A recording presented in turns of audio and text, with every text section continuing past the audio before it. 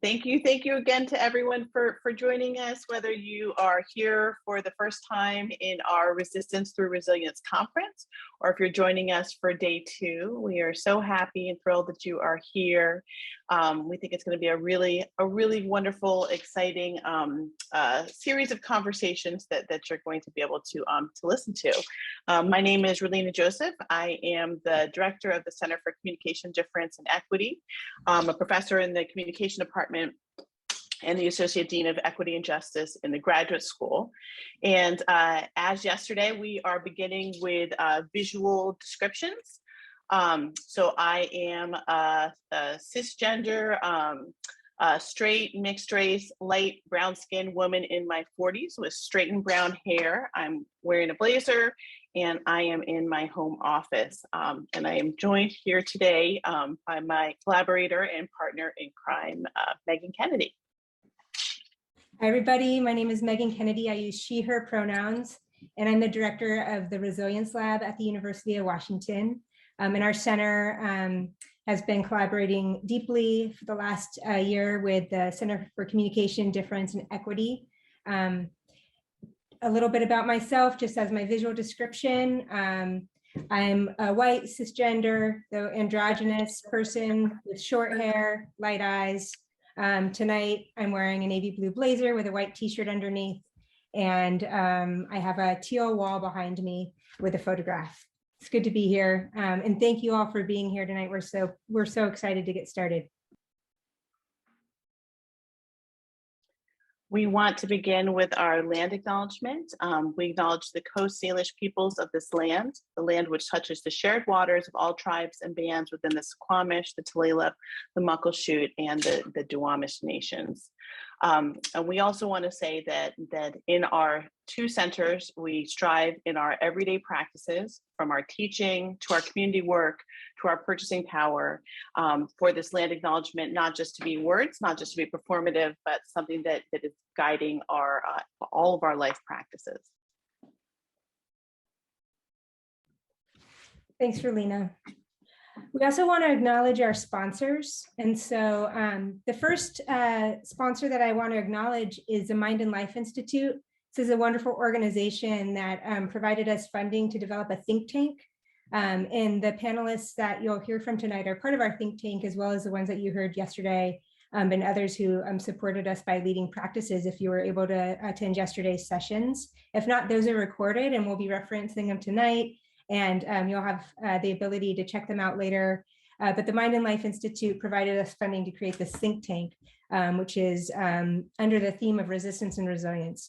We also have support from the Department of Communication, of course, the Center for Communication, Difference, and Equity, the Resilience Lab, and Undergraduate Academic Affairs, as well as the UW's Diversity and Inclusion Seed Grant. And big gratitude to many of you who also contributed your own funds when you registered for this event or the events that we held in the spring or last winter with Bonnie Duran and Rhonda McGee.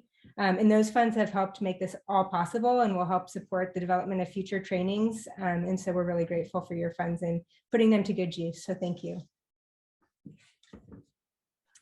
I want to introduce here another colleague of ours. This is Anjali Ganti. She's a teaching professor in the School of Public Health. And she's given me permission over the last 2 years to bring this dedication practice into different speaking events and workshops and trainings that we've led through the Resilience Lab, as this dedication was published in a guidebook that the Resilience Lab developed called the Wellbeing for Life and Learning Guidebook. This is a dedication practice that Anjali leads in her classroom with her students. And I wanted to bring it to all of you tonight as a way to get us centered in this space together. So I'm just going to read her words. She says, I like to invite students to dedicate their learning in a class session to someone or something that evokes gratitude. I begin class by offering my own teaching and learning dedication. And then I ask students to think about a person, a population, a purpose, or pressing social justice issue. Students are asked to focus this in their minds, and then everything they learn for the remainder of that class will be in recognition of that person and that population or that purpose or that issue. Just given the week that we're in, given the different events that are happening in our country and in our world, it felt like this dedication practice would be a really nice way to like ground us tonight and center us in this conversation about resilience and resistance.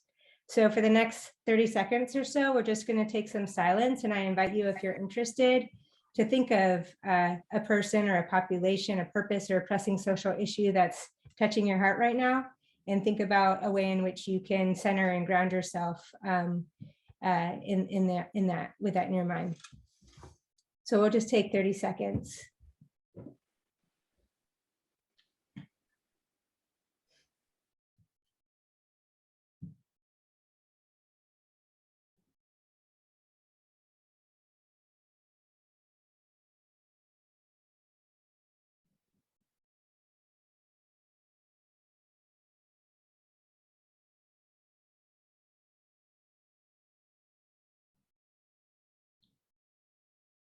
If anyone wants to share what they are dedicating this time to in the chat, you're welcome to. Obviously, there's no pressure, but you're welcome to introduce yourself in the chat and share your dedication as Relina and I continue if you feel interested in doing that. Thanks, everybody. And thanks, Anjali.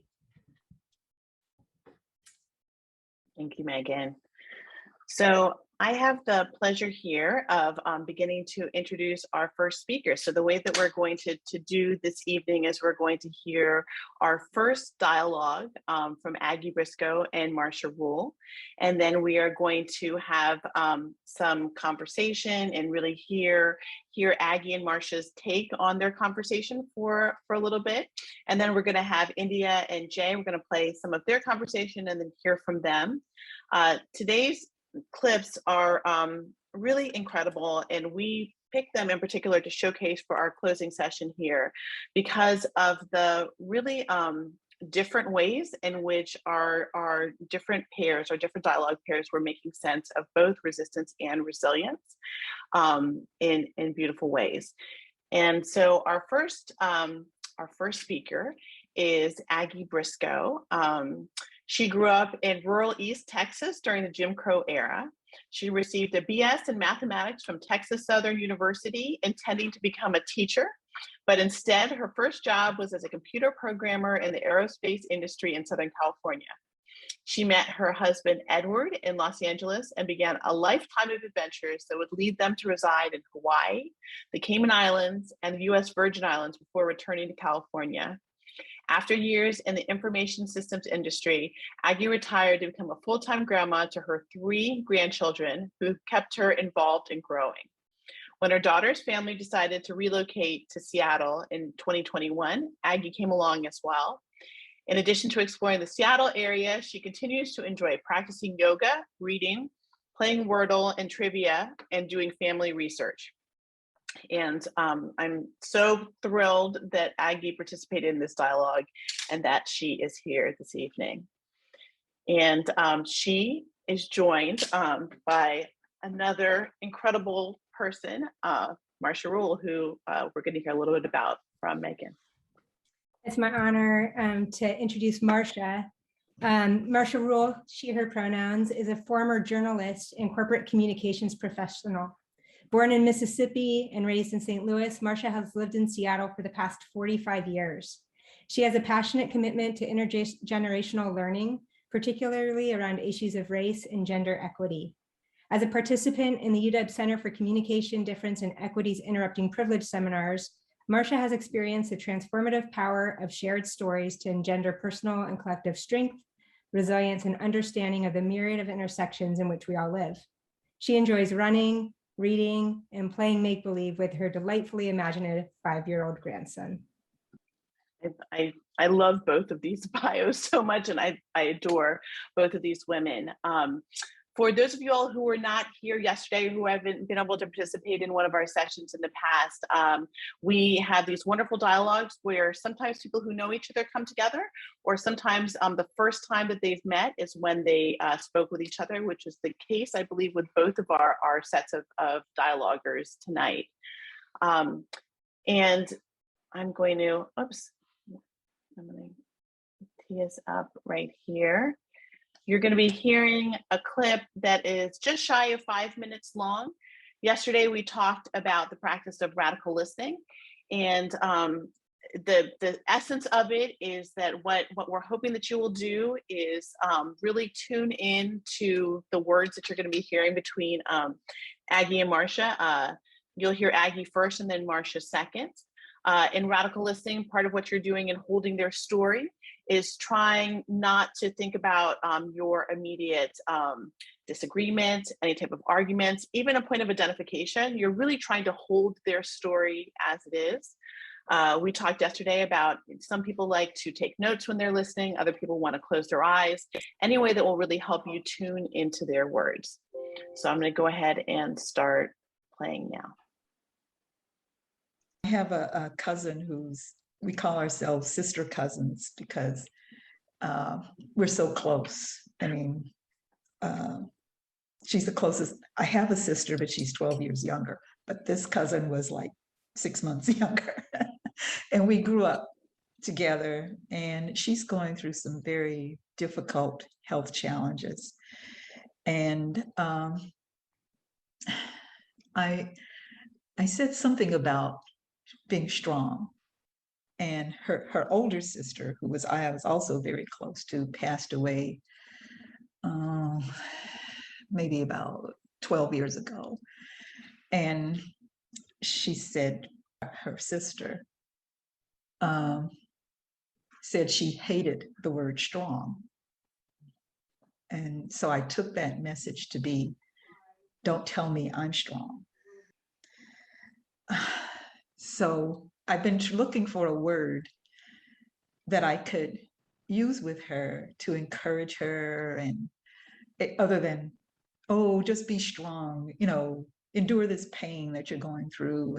And so I'm thinking maybe resilient might be a better word. Like, I hope you can be resilient rather than be strong.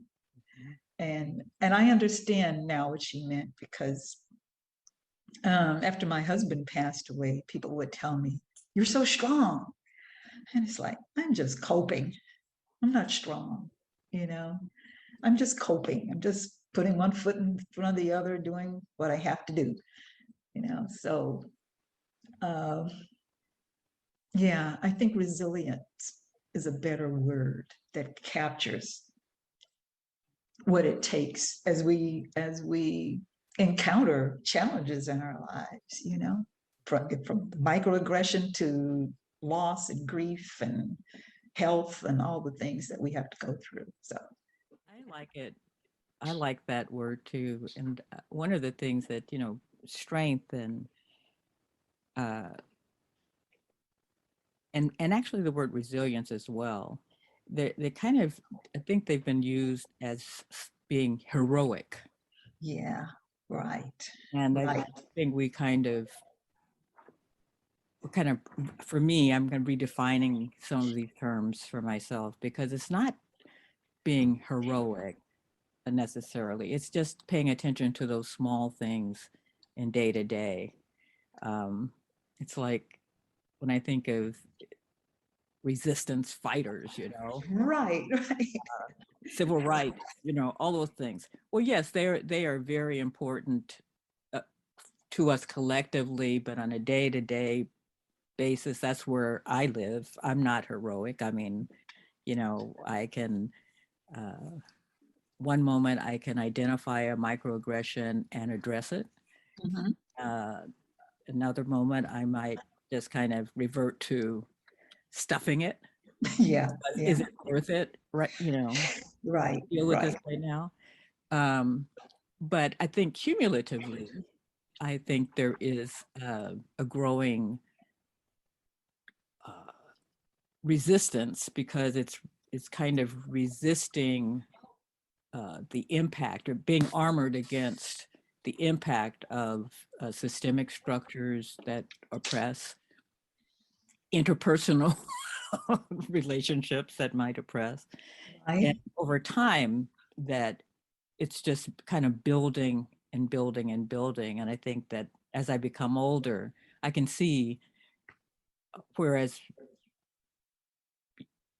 years ago, I would say, well, I have to be out there in the front lines doing something in order to, Right, Not right. so much. It's like in my interpersonal relationships, it's a quieter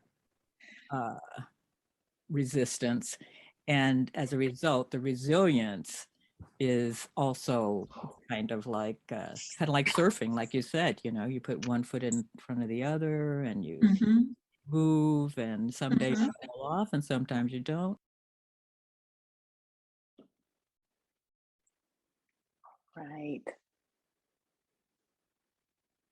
So I'm gonna stop sharing here so we can invite Aggie and Marsha to the front. I think Caleb's gonna pin the two of them. For those of you all who don't know, one of the beautiful things about Interrupting Privilege is that it is an intergenerational dialoguing program.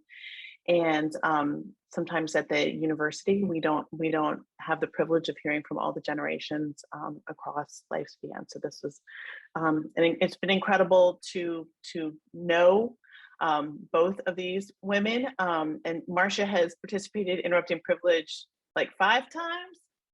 She's yeah, the superstar participant. And so this conversation was really lovely.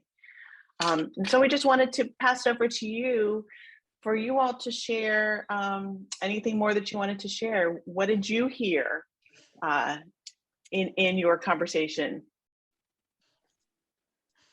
Well, go ahead, Aggie. Hi, I'm Aggie Briscoe. Do my physical description first. I'm a Black cisgender woman in my mid-70s with short, curly, salt and pepper hair. I'm a light brown complexion, wear glasses, and I'm wearing a light blue shirt today. I heard two wise women speaking. And we'll go into more, but Marsha, introduce yourself, please. Okay, my name is Marsha Rule, and I'm African-American woman, dark brown skin, close cropped gray and black hair. And I'm wearing glasses, brown tortoiseshell glasses, and I have an orange scoop neck shirt on and a gray jacket. It was interesting to me to hear our conversation again and practice some of the skills that I've learned over the last couple of days of radical listening and just, listening to what we said to each other. One of the things that stood out was as we were discussing resilience and what our interpretation of it was, I still believe that it's a strength. It's sort of a superpower to have.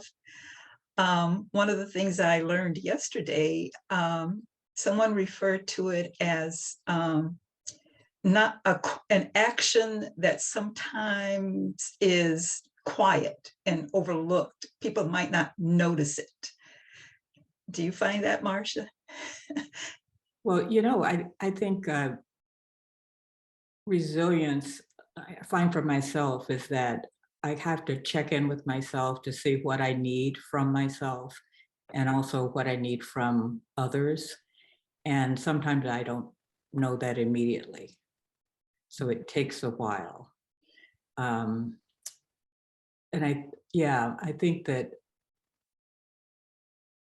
I often kind of go inside and say, well, what's needed at this moment for me to be resilient, to carry on? And it might be calling a friend or crying or whatever, just to kind of move on. One of the things that you mentioned in our conversation that it's significant, in particular for people of our age, mid-70s. I didn't mention that in my self-description, but for mid-70s, that there is a recognition of the loss and grief of the years, but also of the moments. Mhm. you know, and how we hold that and how we accept it, and move forward. I think that's something that is not unique to us, but I think that because of where we are in our lives, we're, you know, What our experiences, our breadth of experience. And yes. yeah, because if you live this long, you have experienced loss, you've experienced joy. Yes. And part of being resilient is recognizing both and holding them and using those experiences to carry on as best we can. As best we can. And as grandmothers, I know you and I have had multiple conversations about our grandchildren since we first met. Yeah. And we hope to pass on those skills to them and how to be resilient. I know I have hope for, despite some of the despair I feel for the current generation coming up, I worry about what they're going to have to face that we thought they wouldn't have to face. And just hope that by my example, they can be resilient and thrive and have full lives. Exactly. And I think, you know, you're mentioning of the word joy. I think that sometimes that gets lost. Mm-hmm. I am really happy to be around young people across the spectrum because of that. That gives me hope, it gives me joy. And even in the discussions between yesterday and today, I'm thinking about, actually since the beginning of the Interrupting Privilege, it's like language itself and how it's changing and how I have access to a language to talk about my experiences and emotions that I didn't have before. And as as I think of my grandchild in particular, I think, well, that's something that he will intuitively know because now I have a language to talk about things in a different way. And of course, he'll come up with his own language too, for sure, in the next generation. Sure. That's something that's been striking me for these last couple of days in particular. Yes. I agree. I think I've learned, you've been in Interrupting Privilege for multiple years, and I'm fairly new to this, but the hearing the other speakers' sessions and their thoughts on resilience and resistance, it's just broadened my perspective. I don't recall which group it was, but how I said my cousin didn't like the word strong. I heard someone say they didn't like the word resilient. And it was like, why do I have to be resilient? And it's like, wow, that took me aback. I had to think about that and what that person might have been feeling. And I kind of got it in that, I'm sure you identify with this. The strong Black woman, we can endure, we can overcome, we don't feel pain, and so I kind of interpreted what that person was saying was like, why do I have to be the strong one? Why can't I be vulnerable? Why can't I hurt? And we do hurt. And so sometimes being resilient, I think you have to recognize that, yes, I hurt. And I don't like this feeling, but I've got to do something about it for myself. I have to take care of myself. Do you find times like that? Exactly. That's why you check in and see what do I need right now in order to make the next step. And it may be withdrawing, retreating. Yeah. And I think, what the other thing that I just love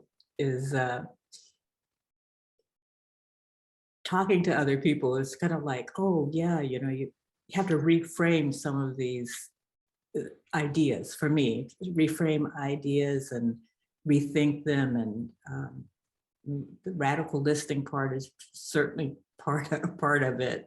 Yes. But hearing the upcoming generations and the next generations talk about things that we didn't talk about, and turning some of the language on its head, reframing it for themselves. I think that's really cool. Yeah. Yeah.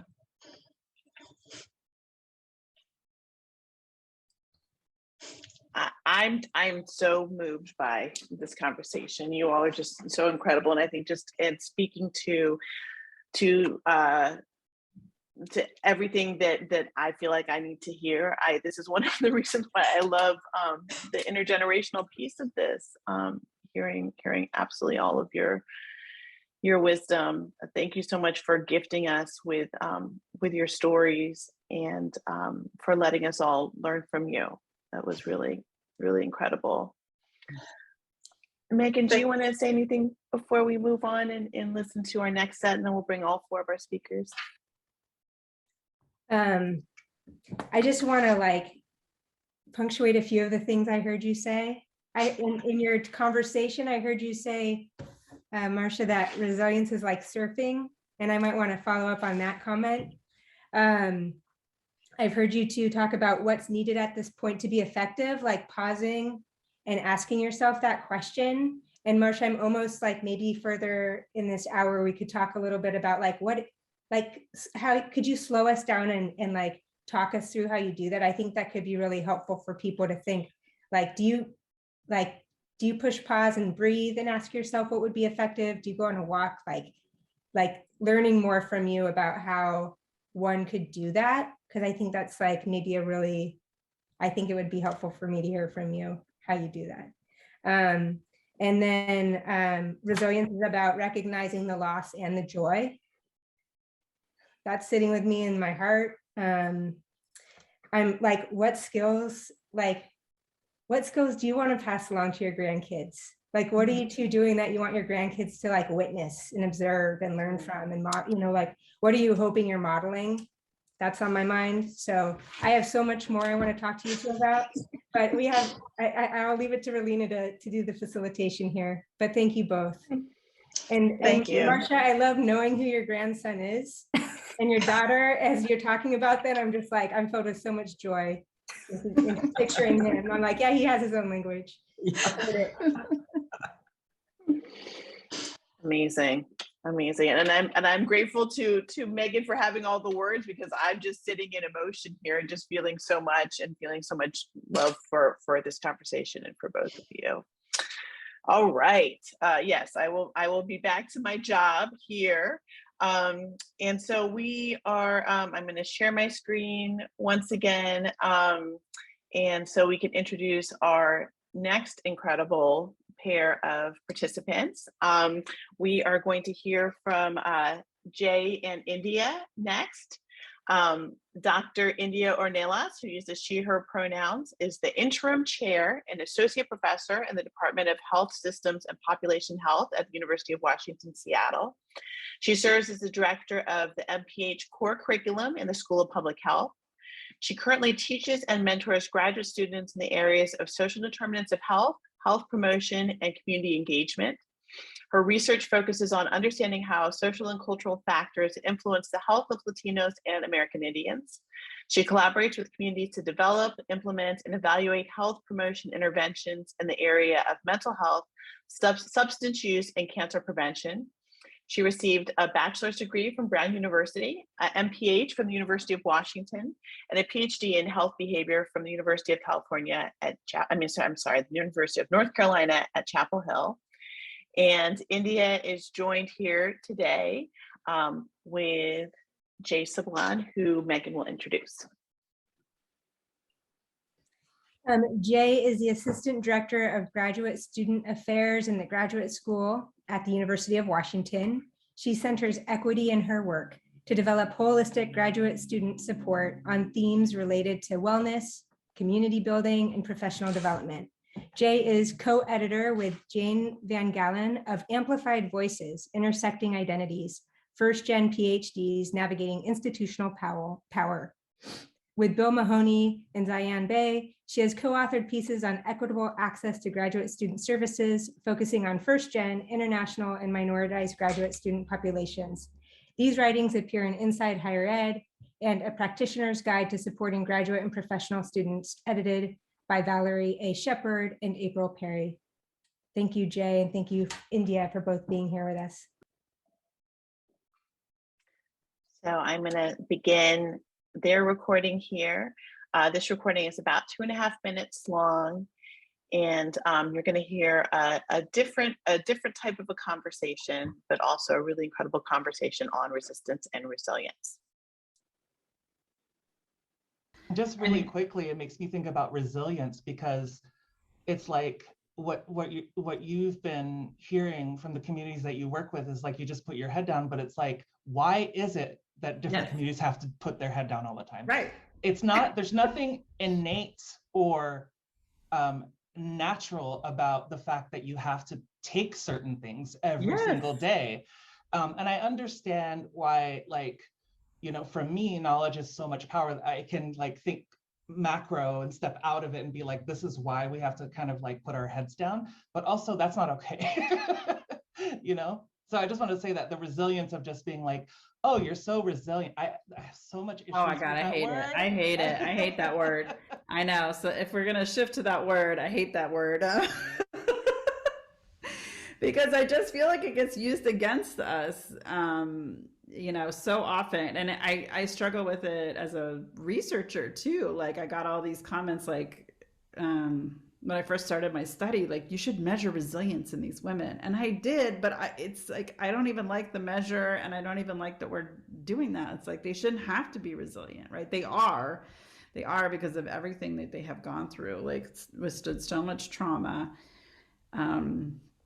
But we all are, right? We all are so resilient, but why do we have to be? It feels like it's, you know, narrowing things down to this individual trait or characteristic that really shouldn't, you know, it's a structural problem, like you were saying.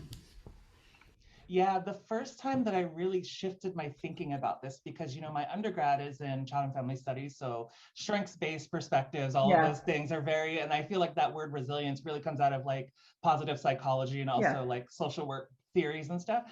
But I remember seeing this picture of a flyer circulating on social media, and it was from Black community activists post-Katrina.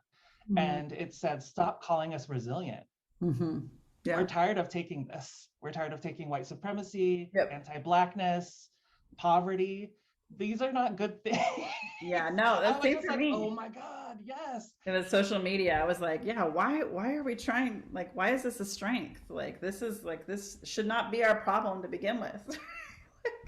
Like, we're so strong for tolerating racism, like. And it doesn't allow us to feel vulnerable.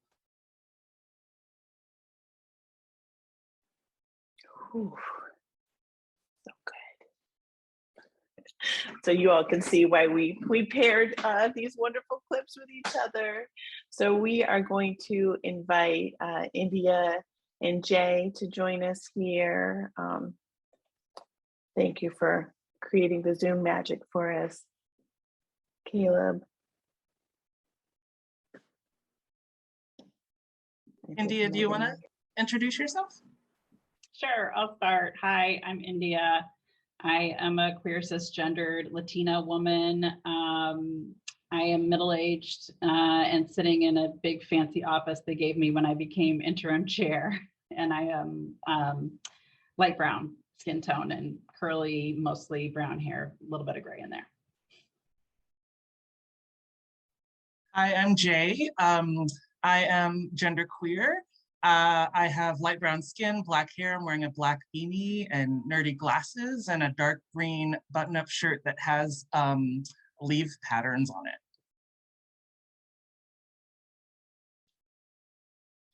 Do you want to start, Jaye, or do you want me to start? Oh, sure. So first, I want to connect. I just want to echo what Relina and Megan said. I could listen to Aggie and Marsha forever. It's just there's just so much wisdom there, and I pull out so many threads of hope that I'm just learning from your conversation. And I also want to add that from the clip, because it might not be so obvious, I want to say that it's not that I don't believe that marginalized and underrepresented communities shouldn't have strength and be resourceful, is that they shouldn't have to use those to face multiple systems of oppression all the time. So I just want to say that yes to joy, and yes to finding what you need, connecting with community. It also, I connect with my own spirituality as well. That gives me strength. And so I just wanted to add that to make sure there's no confusion, that I'm not saying that people should not focus on their health and well-being and the well-being of their communities. Yeah, thanks. Thanks, Jay. Yeah, I resonated with so much of what Marsha and Aggie said as well. And I think that our conversation is a great follow-on. You know, I really related to that line about resilience being like armor. And I think that's what you and I were trying to say, is that as people of color or as queer people, we are constantly put in this position of having to wear this really heavy armor. We are having to be vigilant. Being resilient means being vigilant all the time, right? We always have to be out there thinking, when is racism going to happen to us? And the research I was referring to relates to some research I do with Latina immigrant women, many of whom are also undocumented. And so it's that same sense of vigilance that I know many of them have, that they have to be constantly on guard. And because of all of the difficult things they've experienced, many of them are very resilient. But I also try in my research to create programs where we can be soft, right? As we've talked about, where we can be vulnerable, where we can actually have some relief from that having to be resilient all of the time. Yeah, I think that's so important. I know for me, just speaking from my own experience, you know, thinking about intergenerational trauma, my mom did the best that she could to raise us, but she wasn't raised with the tools, and I don't say this disparagingly at all, she wasn't raised with the tools that we're talking about today about wellness and mindfulness.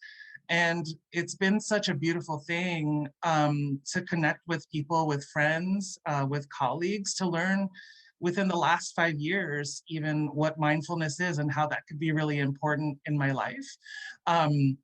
So yes, I think that one of the scariest things is when you do ask yourself that question of, I want to be in a space where I can be vulnerable and soft. It's a huge step, you know. You have to be with people that you trust and you know. And when a lot of spaces in the world aren't like that, it can be unfamiliar territory. So, but once you take that leap, it's so beneficial to how you feel about yourself, how you feel about the world. And it gives me hope to move forward, because I'm centering my needs, not in a selfish bad way, but like, for me to be there for other people, I need to be there for myself. Yeah, I think we talked about this when we had the original conversation too. It's having that moment of self-compassion, right? It's having that moment where you can actually feel, just be, and feel like I don't have to be resilient all of the time. I can have compassion for what I'm going through and just be present, and that being present is enough, right? I don't have to be present and have all my armor on and be fighting injustice all of the time. Don't I ever get to just be? And I think self-compassion is a big part of that. And that actually has ended up being one of the most important parts of this program that we have developed for these Latina women. It has mindfulness-based approaches in it. We are trying to create this safe space for these women. And the self-compassion piece is the piece they relate to the most. And it reminds me of what you were saying about your mom. It's like so many, strong women of color going around in the world. This also relates to the strong Black woman thing, are going around in the world being everything for everyone else, and actually giving people permission to let down and be vulnerable and take care of themselves is such a huge form of resistance, I think. Yeah, I agree. The self-compassion piece, which is a daily practice for me, is a really good thing. And I also find it tricky and challenging sometimes, because it's like in my everyday life, like at work, for example, I feel like I have to prove myself all the time in many different ways. And to just tap into, okay, don't be so hard on yourself. You're doing a good job. You're doing your best. I really have to fight those internal critics that say, wait, nope, you have to go even further. And self-compassion is really helpful for appreciating and having gratitude for the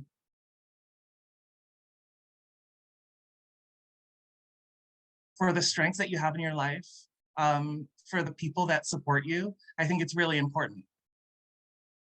Yeah, it's so easy to have imposter syndrome when you are coming from a background, especially at work. I have it even as a chair of a department, right? Do I belong here? Am I supposed to be here? What are people going to think of me here?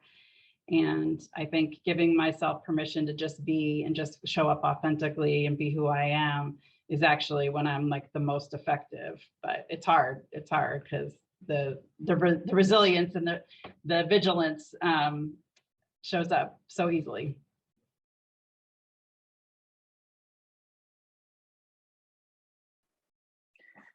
Thank you all. Thank you all so much for this incredible conversation. I'm hearing so many echoes, not just from Marsha and Aggie's conversation, but also from yesterday. One of the pieces about how vulnerability can be strength, how just showing up can be strength, how allowing other people to care for you can really be a form of strength. We've heard that so much from our last year project, from our Quarantining While Black project, that was really focused on community care, and how the notions of self-care, particularly for minoritized populations, can feel really, really strange and off-putting. But reframing things in terms of community care and how we care for each other, and how that creates community strength and community resilience as a result, without it being a burden, right? In the same types of ways to have to always be the one, right? Because I think that's so much of what we're talking about. So I heard you talking about there, yeah, and Jaye, it's that showing up as being the one, and still often the first one, right? I know that from listening to Aggie and Marsha's conversations, they were a lot of firsts, right?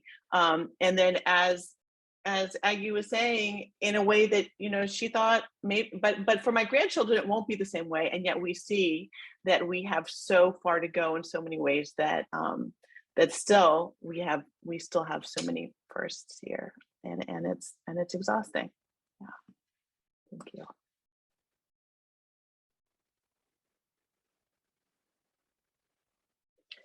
Megan, I don't know if you wanted to share anything before we invite Aggie and Marsha to join. I think in the interest of time, I want Aggie and Marsha back. Oh, well, awesome. Yeah. Yes, Yeah. please. And for this, we wanted to have our participant, our panelists speak to each other.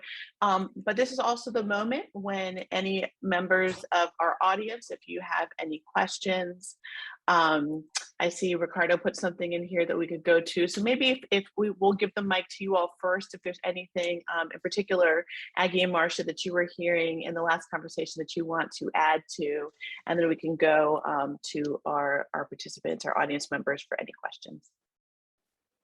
One of the things that it came to my mind as you two were talking was this being on, kind of having to put on this armor, having to go out there and prove oneself. And it made me think of creating my own standards, creating one's own standards.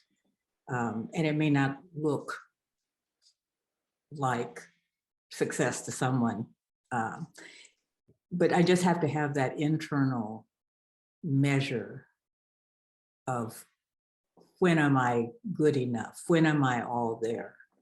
And some people may get it and some people may not.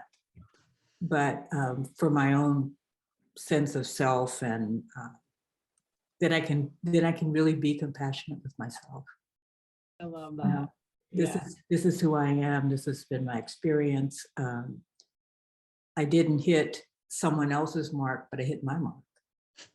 Yeah, you can feel that in the way that you guys speak. Yeah. You're so grounded and wise, and you're so comfortable in yourselves, right? You know, Jaye and I are still just like scrambling to fit in.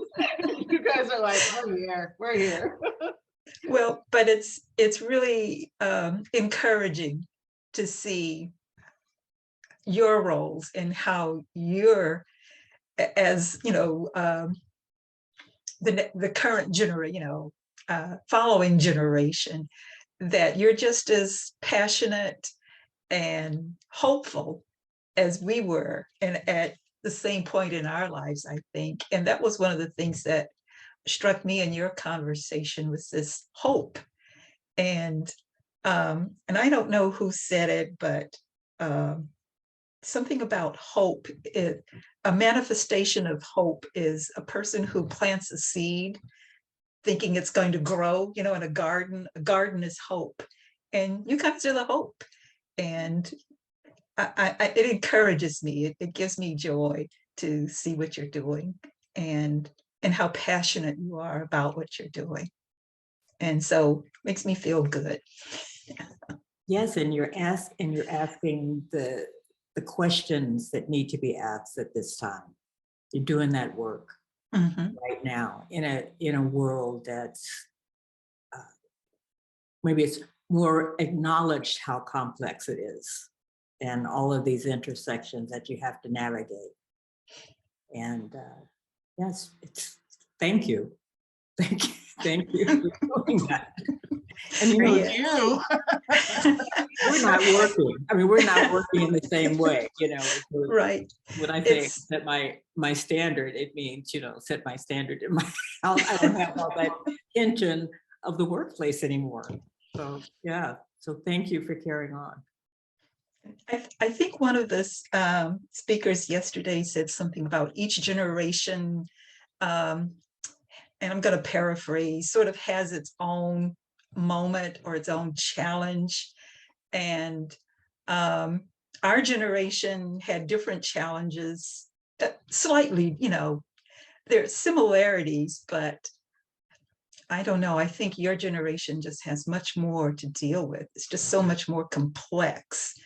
In our generation, it's what you heard on the 6 o'clock news. Here, it's all the time, everywhere. And, how do you find that space to be yourself and recognize your strengths when you're constantly being bombarded by all of these negative things? And I know some people, I know I did it. There are times when I was just like, I just can't deal with it anymore. I'm not watching the news. I'm not looking at Facebook. I'm not doing all this stuff. I have to take care of me. How do you manage it? Because you're responsible for so much more than yourselves. How do you deal with it?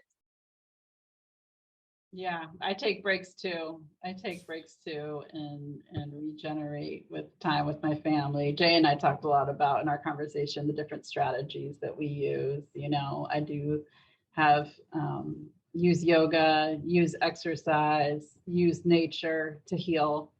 And I have to be just as vigilant about doing that, right, as I do in the day-to-day workplace.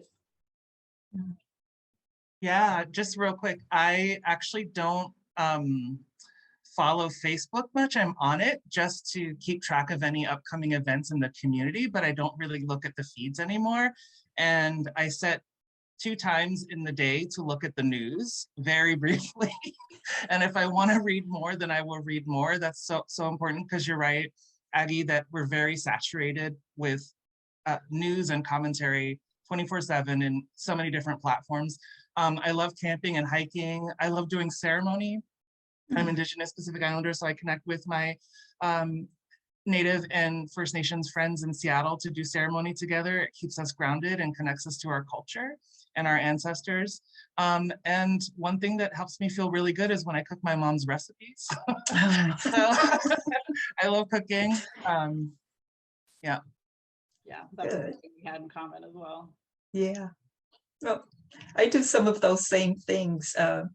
Since Marsha and I met through this forum, we get together and do walks and share and talk and yoga and meditation and you know what will really bring you down to earth is being with a 4-year-old. Yeah, I have a 13-year-old. They have a way of bringing you down to earth too. Oh yeah. But there's a joy in the younger kids. I have a 2-year-old niece, and she brings me a lot of joy too. Yeah. You know, Jaye, you mentioned previously about your spirituality. And I was curious about that because you said you're anchored in your traditions. Yeah, so I'm a native Chamorro. I'm from the Mariana Islands, and Chamorros are the first peoples of the Mariana Islands. And one of the things that we do is think about our ancestors, do ancestor worship. So I practice in my own contemporary way, gratitude, think about my grandparents who've passed. And then I also think about future ancestors as well. Josh had talked about that too. Did you mention that in the beginning, your quote? Oh. We'll invite him after you all finish to share. Yeah, so I actually have an altar in my apartment, and many of my Native friends have similar setups for spirituality, where I'll have, luckily, because of we live in a very globalized world, I can buy things like palm leaves and betel nut and rice, raw rice. These are things that are from where I'm from. And I just set up my altar and it's kind of like meditation. So those things keep me grounded and connected to my people and my culture. Thank you. That's lovely.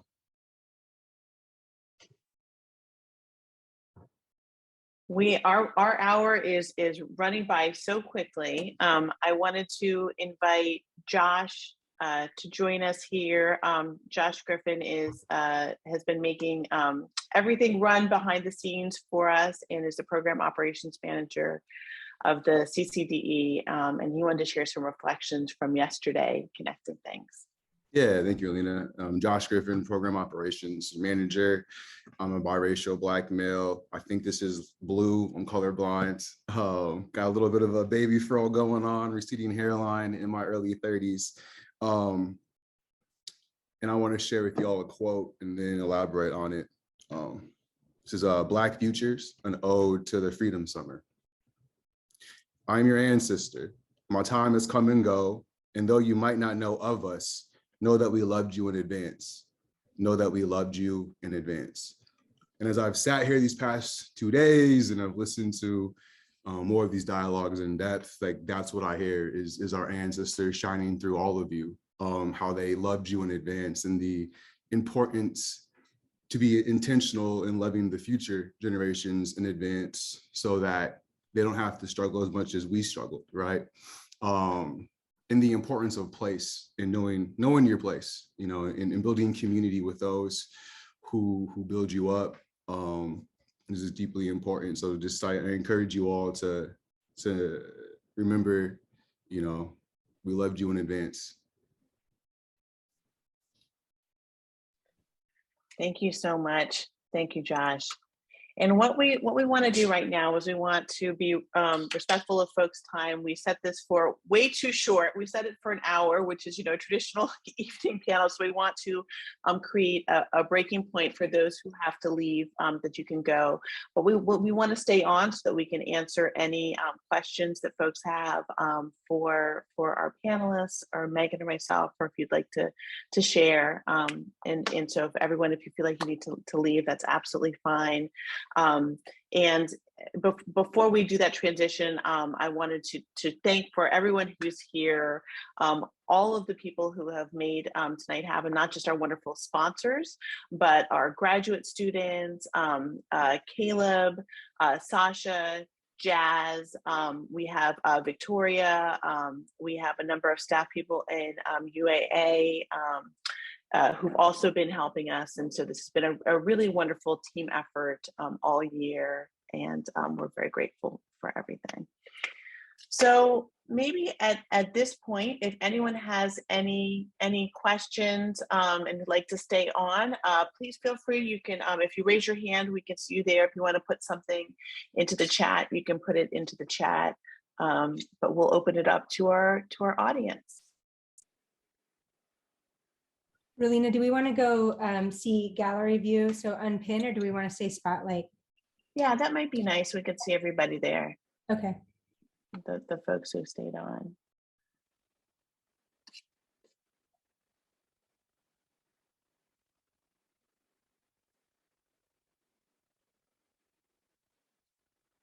So if people go to the view icon on the right and you click on gallery, you should be able to see everyone here. And I noticed that there's a question in the chat, which I'll read out loud to start us off, which is from Kayana. What can colleagues do differently to support each other the way we have seen you all support each other in these conversations? And Nice. it's a really beautiful question, Kayana, and I might take an opportunity to direct this towards our panelists first,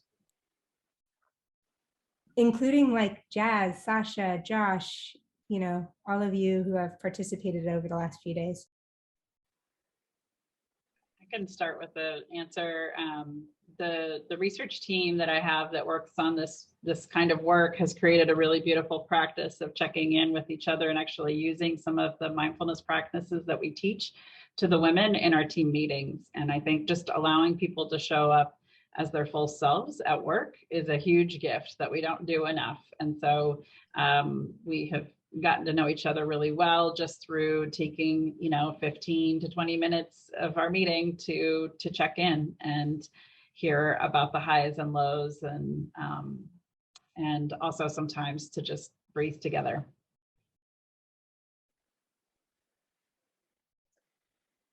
I think that so much of this is and I am very guilty of not practicing in the beautiful way you're describing, but understanding that sometimes things are going to be off track, and it's going to be slower, right? You're not going to work through your agenda, but if you're caring for folks, that it's worth that. I won't say the sacrifice, just the different frame on productivity, right? And I think that's some of the critique that we've heard throughout the year, is that we are pushed to be productive all the time in every setting, which is how much can you get out of us? And we're trained to run meetings in that way. And so how to just stop and listen to each other can feel revolutionary in and of itself, right? And say, actually, we're going to get to a quarter of the agenda because we need to just hold the space. We need to have some time chatting with each other and honestly, just being human. It's not, you don't actually produce less. I would argue that you actually produce more, right? That when you have like humanity and connection and time for building relationships, that your team is thriving and more effective than when you leave that out. Yeah. Caleb, what's up? Please. I just want to note that I've worked for or with both Megan and Relina and both of y'all, as far as workplaces different in the work that we do, and now very similar, right? But both of y'all honor communication and honest blunt forward communication as far as like communicating needs. And I think that's something that is like a workplace thing that is like not really normalized, I suppose. And y'all respect it like so much. And so I commend y'all on that and thank y'all for that. And so just to further answer that question, I think that's something that both groups do. And between everybody that's involved in the groups too, it's like, yeah, I don't feel well today. And they're like, cool, thanks for letting me know. Or like, I have an issue here. It's like, cool, great, let's figure it out. Which I think is like not always the norm. So yeah. Yeah, thanks, Caleb. I think one of my favorite questions to ask is like, well, who doesn't agree? What's the dissenting voice? You know that, Kayana, from being in meetings together.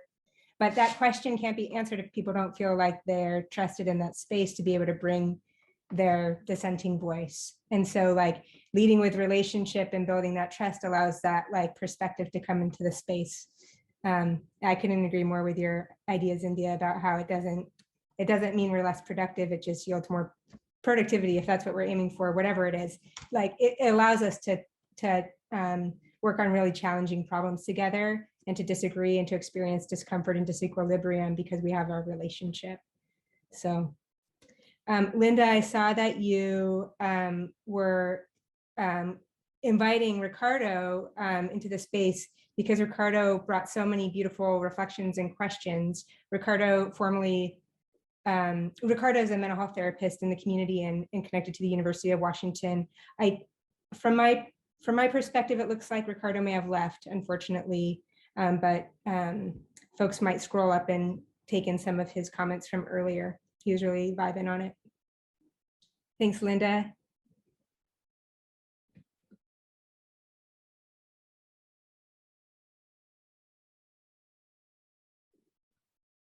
As people are thinking about if they might have another question or comment, I wanted to share out that Megan and I and our teams have been working on a new set of programs that will come from what we've been doing all year, and we will send out once we are able to invite folks in. We will invite you all in, and we'll have spaces for folks at the university as well as folks in the community to join in with us. So you've seen kind of a little bit of a flavor of what we're going to be doing, and these will be sequenced into modules and learnings for those of y'all who have done interrupting privilege in a similar type of way, but with a different content that's really bringing in all of the work on self-compassion and mindfulness and ways of combating racial exhaustion, the type of racial exhaustion we've been naming.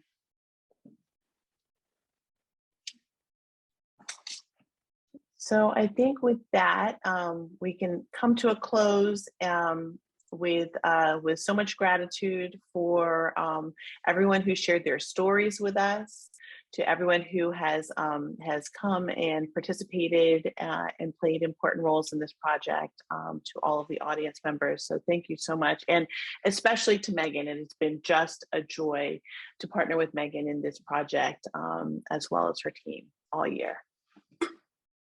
Talk about building a relationship while you do hard work, you know? So thank you, Relina. And yeah, thank you, Jaye and Marsha and Aggie and India, Caleb, Josh, Sasha, Victoria, Shannon, Kirsten. That's our crew, Jazz, who helped us make tonight and all these sessions work out. Much love, appreciation, respect. Good night, y'all.